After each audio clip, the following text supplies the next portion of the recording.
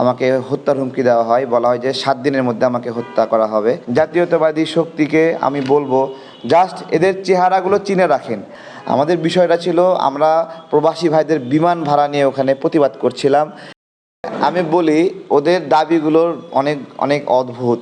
প্রথমে বলল যে আমি তাদের ক্যাশ লুট করেছি, তারপরে বলল তাদের 20,000 টাকার সিগারেট লুট করেছি, তারপরে আবার বলল 30,000 টাকা লুট করেছি। আবার যেভাবে হোক, তো এর 6 দিনের মাথায় প্রেস ক্লাবে এই আক্রান্তটা আমরা হই।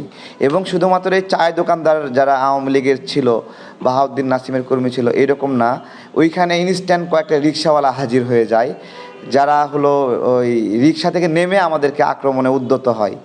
তো এবং সেই দিন কিন্তু কেরোসিন ছিল ওদের হাতে। হঠাৎ করে কেরোসিন কই থেকে আসলো এবং কেরোসিন ঢেলে দিচ্ছে, আমার গায়েও ঢালছে, তার গায়েও ঢালছে, বিষয়টা এরকম, আগুন জ্বালায় দেবে এরকম একটা তৎপরতা। তো এই সব কিছু বিষয়ে আমাদের ব্রিফিং করার উদ্দেশ্য যে আপনার সরকারের বিভিন্ন প্রশ্রয়ের কারণে, দেখেন প্রেস ক্লাব কিন্তু বাংলাদেশের দুধের স্বর বলা যায়। এখানে সর্বাক্ষণিক গোয়েন্দা সংস্থার লোকেরা থাকে, পুলিশ থাকে, সবাই থাকে। তাদের উপস্থিতি থাকা অবস্থায় তারা কি জানে না এরা আওয়ামী লীগ করে? তবে যদি আবার বসে, তাহলে জাতীয়তাবাদী শক্তিকে আমি বলবো, জাস্ট এদের চেহারাগুলো চিনে রাখেন। এরা কেউই আপনাদের পক্ষের লোক না, এরা কেউই আপনাদের সুনাম বয়ে আনবে না। দেখেন, ইউনূস সরকারকে এই ছেলে বিশ্ব স্বৈরাচার বলছে, আর সেখানে চায়ের দোকান দিয়ে বসে আছে। আপনার হলো ডিজিএফআইয়ের লোকেরা এগুলো জানে না, এনএসআইয়ের লোকেরা জানে না, এসবির লোকেরা জানে না, তারা কিচ্ছু জানে না, একবারে ভাজা মাছ উল্টিয়ে খেতে পারে না। এখানে প্রেস ক্লাবে বসে বসে চায়ের দোকান দিয়ে জায়গা দখল করে রাখছে। আমাদের জায়গাটা ওইটা ছিল না প্রতিবাদের জায়গা। আমাদের বিষয়টা ছিল, আমরা প্রবাসী ভাইদের বিমান ভাড়া নিয়ে ওখানে প্রতিবাদ করছিলাম। সেই বিমান ভাড়া অতিরিক্ত বেড়ে গেছে, 60,000 টাকা বিমান ভাড়া 1,90,000 টাকা, 1,80,000 টাকা হয়ে গেছে। সেই প্রতিবাদের জায়গাটা এখানে আমরা একটা লিঙ্ক খুঁজে পেয়েছি যে বিমান সিন্ডিকেটরা এরা আমাদের উপরে হামলা করার একটা মানে ফিন্যান্স করেছে, যে আমরা যেন ওখানে বসতে না পারি। তো এটাও তদন্তের একটা বিষয়। এইগুলো বিষয়ে আমরা সেনাবাহিনীর ক্যাম্পের কাছে গিয়েছিলাম। আমরা গিয়ে দেখলাম যে না, তাদের কোনো ওইভাবে, আমরা বললাম আপনারা, ওরা বলে একটা লিখিত অভিযোগ দিয়ে যান। আমি বললাম লিখিত অভিযোগ দিলে আপনারা কি ব্যবস্থা নেবেন? তা বলতেছে আপনি তো সবই জানেন, বোঝেন, এরকম মোড়ামুড়ি শুরু করছে। আমরা থানায় গিয়েছিলাম, সেখানেও তারা এরকম আপনি তো সবই জানেন, বোঝেন।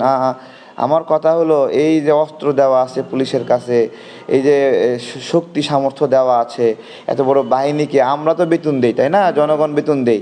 আর এরা যদি মোড়ামুড়ি করে, এই মোড়ামুড়ি করার জন্য আমরা বেতন দেই নাকি? তাদেরকে আমরা জিজ্ঞাসা করছি। অথচ বিএনপির একটা মানে মহানগরের নেতা মজনু ভাই, রবিন ভাই, তারা এখানে গেল, সবাইকে উঠাই দিতে পারলো। তো এটাও একটা বিষয় যে জাতীয়তাবাদী শক্তি একটা বড় হুকুমত বাংলাদেশে রাখে, তাদের একটা হুকুমতের শক্তি আছে।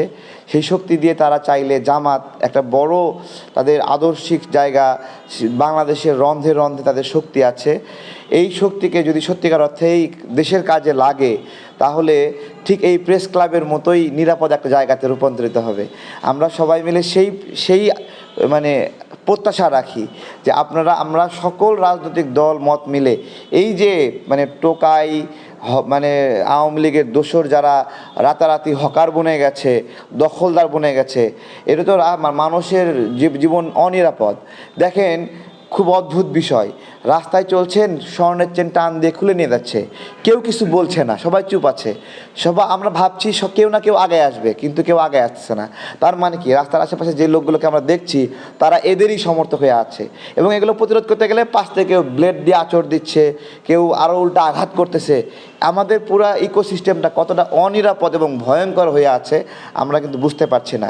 আসুন আমরা সবাই মিলে এই দজ্জাল, এই ফ্যাসিবাদের প্রেতাত্মা যারা এখানে রন্ধে রন্ধে ঢুকে আছে, এদেরকে আমরা রোধ করি, এদেরকে প্রতিরোধ করি। যদি প্রতিরোধ না করি, তাহলে আমাদের দেশটা অনিরাপদ থাকবে। আমি বলি, ওদের দাবিগুলোর অনেক অনেক অদ্ভুত। প্রথমে বলল যে আমি তাদের ক্যাশ লুট করেছি, তারপরে বলল তাদের 20,000 টাকার সিগারেট লুট করেছি, তারপরে আবার বলল 30,000 টাকা লুট করেছি। আবার আপনার কালের কণ্ঠে একটা নিউজ আসছে সম্ভবত, সে না যা দিনে নিউজ আসছে, সেখানে বলা হকাররা মানে হকার নামে পরিচিত যারা পরিচয় দিছে তারা বলছে 4 লক্ষ টাকা। ঠিক আছে, তো ওদেরকে সিদ্ধান্ত নিতে নেন, তোমরা একবার এক একজন এক একটা বক্তব্য দাও কেন, তোমরা একটা নির্দিষ্ট একটা বলো, তাহলে এই দাবিটা শক্তিশালী হয়।